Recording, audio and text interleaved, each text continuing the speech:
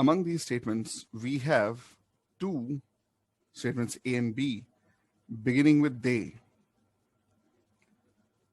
We can see from the construction of these two statements that they are talking about essentially the same subject in they, and they are constructed in a very similar manner.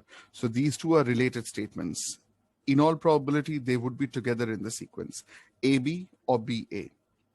If we skip further, we find that in C, we have participation in a social order of this kind makes it very difficult. The word this or the phrase this kind suggests there's a comparison. Now, we have to keep our minds open. There is absolutely no reason why this should not be the opening statement. But when we have this kind, it may be referring to something in the given statements themselves. So this might not be the opening. Now, if we skip forward to D, we find that D is perfect as the opening statement.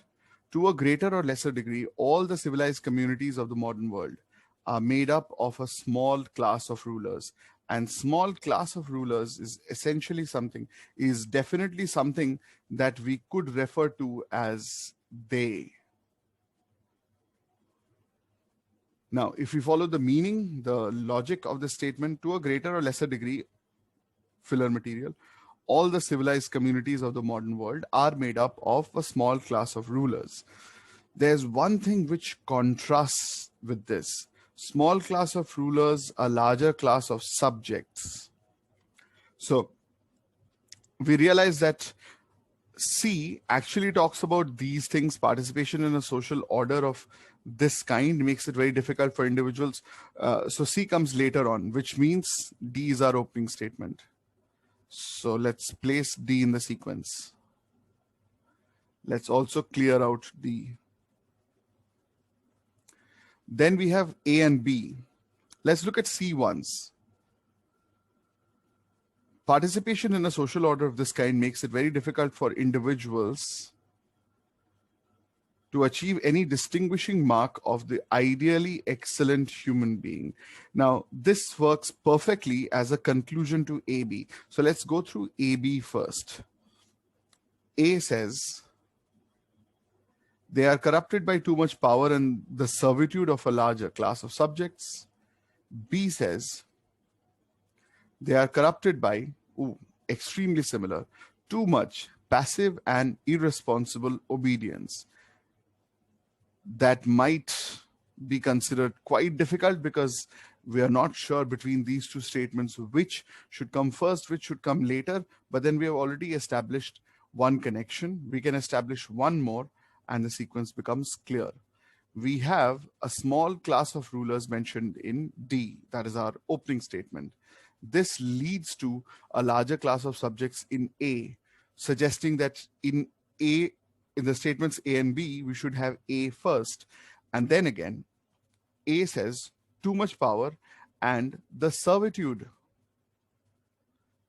And servitude then connects perfectly with too much passive and irresponsible obedience.